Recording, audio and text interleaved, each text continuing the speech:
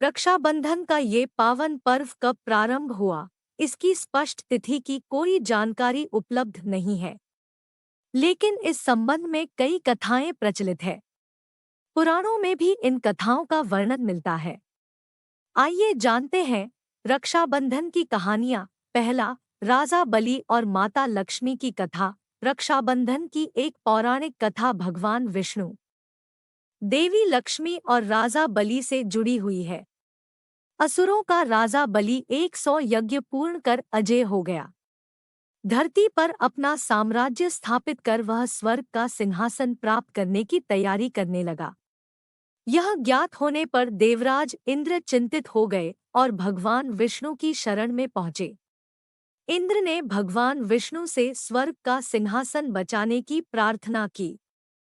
तब वामन अवतार धारण कर भगवान विष्णु राजा बलि के दरबार में गए और उनसे भिक्षा की याचना की। राजा बलि दानवीर था।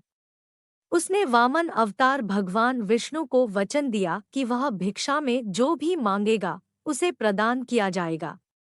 भगवान विष्णु ने भिक्षा में 3 पग भूमि मांग ली। राजा बलि ने अपना वचन निभाते हुए वामन अवतार भगवान विष्णु को 3 पग भूमि दान में प्रदाय कर दी और कहा कि वह 3 पग भूमि नाप ले। भगवान विष्णु ने पहले पग में पृथ्वी को नाप लिया और दूसरे पग में स्वर्ग को। तीसरे पग के पूर्व ही राजा बलि भांप चुका था कि उसके समक्ष उपस्थित वामन कोई साधारण व्यक्ति नहीं है।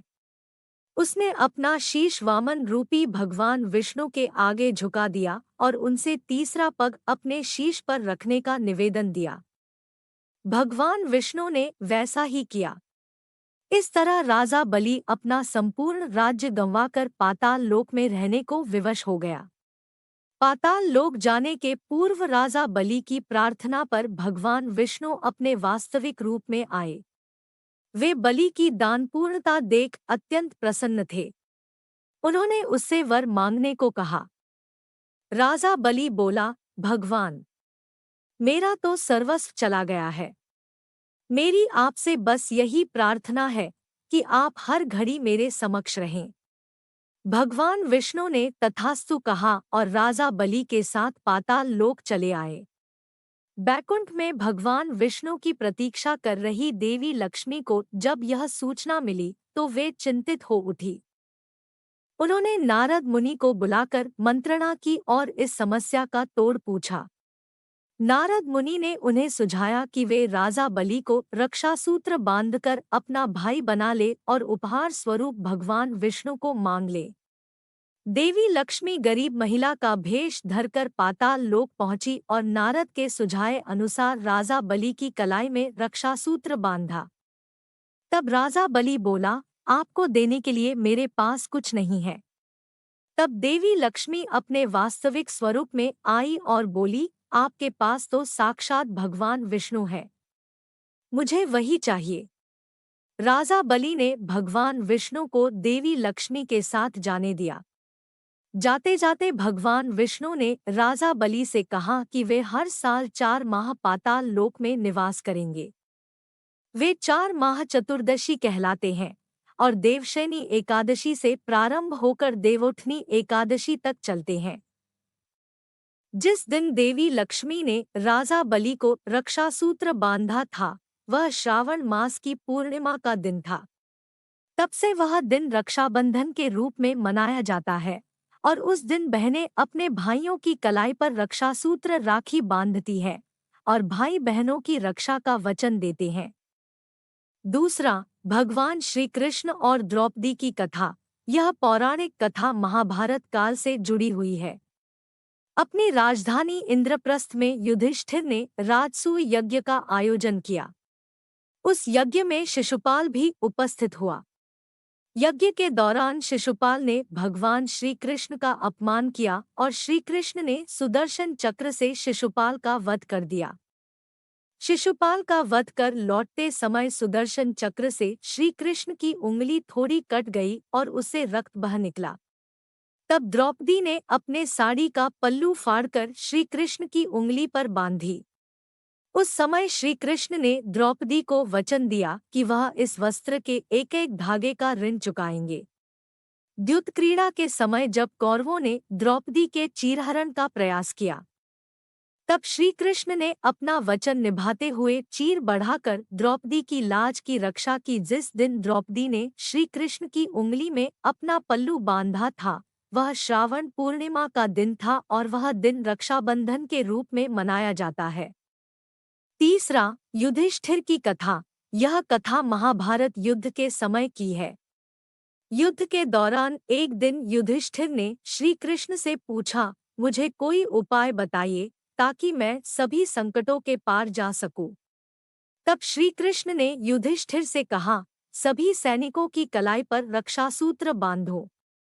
वह समस्त संकट हरकर विजय प्राप्ति सुनिश्चित करेगा। युधिष्ठिर ने वैसा ही किया और महाभारत युद्ध में विजय प्राप्त की। इस विजय में रक्षासूत्र का भी योगदान था।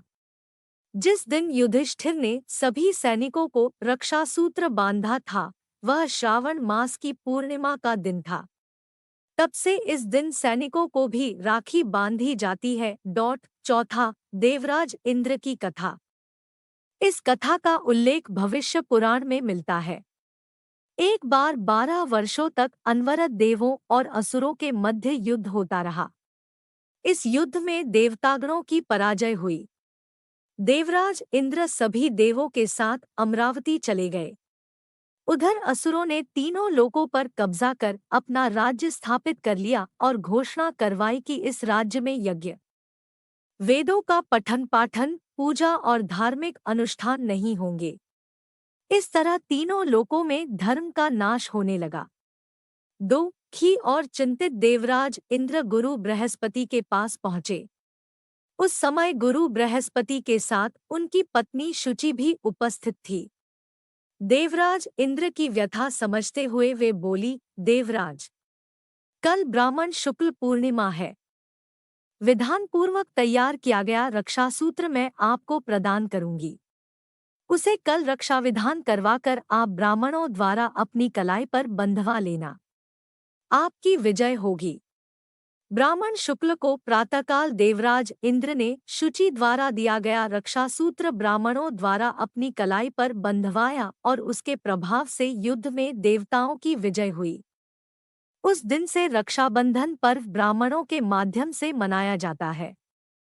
पांचवां, सिकंदर और राजा पुरु की कहानी। विश्व विजय के लिए निकला यूनान का सम्राट सिकंदर जब भारत पहुंचा तो उसका सामना भारत के पुरुवंश के वीर राजा पोरस से हुआ। राजा पोरस का राज्य झेलम और चिनाब नदियों के मध्य स्थित था और सिंध पंजाब का बहुत बड़ा क्षेत्र उसके अंतर्गत आता था। सिकंदर और पोरस के मध्य घमासान युद्ध हुआ। युद्ध में सिकंदर की सेना को पोरस की सेना ने कड़ी टक्कर दी। सिकंदर की पत्नी को भारतीय त्योहार रक्षाबंधन की जानकारी थी। उसने अपने पति पर संकट के बादल मंडराते देख लिया था। उसने पोरस को राखी भेजी। राजा पोरस सिकंदर की पत्नी के द्वारा भेजी राखी देखकर आश्चर्यचकित था, लेकिन उसने राखी के धागों का मान रखा। युद्ध में एक ऐसा समय भी आया जब सिकंदर का घोड़ा पोरस के भाई के द्वारा मारा जा चुका था और सिकंदर निहत्था पोरस के सामने खड़ा था। पोरस के पास सिकंदर को समाप्त करने का यह एक श्रेष्ठ अवसर था, किंतु उसने राखी का मान रखते हुए निहत्थे सिकंदर पर वार नहीं किया और उसे छोड़ दिया। छठा, रानी कर्णवती और हुमायूं की कहानी। राखी की एक कहानी चित्तौड़ के राजपूत राजा सांगा की विधवा रानी कर्णवती और मुगल शासक हुमायूं से जुड़ी हुई है। राजस्थान में यह प्रथा थी कि जब राजपूत राजा युद्ध पर जाते तो महिलाएं उनके माथे के ऊपर कुमकुम का तिलक करती और कलाई पर रेशम का रक्षासूत्र बांधती। उनका यह विश्वास था कि रेशम का वह धागा उन्हें युद्ध में विजय दिलाएगा। मार्च 1534 में गुजरात के शासक बहादुर शाह जफर ने चित्तौड़ पर हमला कर दिया। तब चित्तौड़ की विधवा रानी कर्णवती ने मुगल बादशाह हुमायूं को राखी भेजी और उनसे सहायता मांगी। उस समय हुमायूं बंगाल पर चढ़ाई के लिए जा रहे थे, लेकिन राखी मिलते ही वे अपन बंगाल अभियान छोड़कर रानी कर्णवती की सहायता के लिए चित्तौड़ रवाना हो गए। वह जमाना हाथी घोड़ों का था। हुमायूं जब तक चित्तौड़ पहुंचे तब तक देर हो चुकी थी और रानी कर्णवती ने जौहर कर लिया था। राखी का फर्ज निभाने हुमायूं ने बहादुर शाह जफर से युद्ध किया और उन्हें हराकर चित्तौड़ के शासन की बागडोर अपनी मोहबोली बहन रानी कर्णवती के पुत्र विक्रमादित्य को सौंप दिया। फ्रेंड्स, आपको रक्षाबंधन की ये कहानी पसंद आया हो तो इसे लाइक और शेयर करें। ऐसी ही पौराणिक कथा और धार्मिक कथा पढ़ने के लिए हमारे चैनल को सब्सक्राइब करें। धन्यवाद। जय हिंद।